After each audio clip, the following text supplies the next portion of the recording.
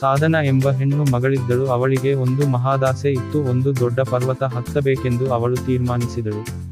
ಅಯ್ಯೋ, ನಾಡಿದ್ದು ಇನ್ನೊಂದು ದಿನ ಎಂದು ಯಾಕೆ ಚಿಂತಿಸಬೇಕು, ಇವತ್ತೇ ಹಿಂದೆ ರಾತ್ರಿ ಹೊರಡೋಣ, ಯಾರ ಹಂಗು ಏನು ಎಂದು ಸಾಹಸ ಪ್ರಾರಂಭಿಸಿ ಬಿಟ್ಟಳು. ಆದರೆ ಪ್ರತಿಸಾರಿಯೂ ಸಹ ಅವಳ ಸ್ನೇಹಿತರ ಅವಳನ್ನು ಕರೆದುಕೊಂಡು ಹೋಗುತ್ತಿರಲಿಲ್ಲ. ನಿನ್ನ ಕೈಯಲ್ಲಿ ಆಗುವುದಿಲ್ಲ, ನಿನ್ನಿಂದ ಅದು ಅಸಾಧ್ಯ, ನಿನ್ನನ್ನು ಕರೆದುಕೊಂಡು ನಾವು ರಾತ್ರಿ ಶುರು ಮಾಡಿದರೆ ಬೆಳಿಗ್ಗೆ ಸೂರ್ಯೋದಯ ನೋಡಲು ಆಗುವುದಿಲ್ಲ, ಸೂರ್ಯಾಸ್ತ ನೋಡಬೇಕಾಗುತ್ತದೆ ಎಂದು ಅವಮಾನಿಸುತ್ತಿದ್ದರು. ಸಾಧನಾಳ ದೃಢ ಸಂಕಲ್ಪದ ಹೆಜ್ಜೆ ಮುಂದೆ ಹಿಂದೆ ಆದ ಅವಮಾನಗಳೆಲ್ಲವನ್ನೂ ಮೀರಿ ಕಾಡಿನ ಮಧ್ಯೆ ಮುನ್ನುಗ್ಗುತ್ತಿದ್ದಳು.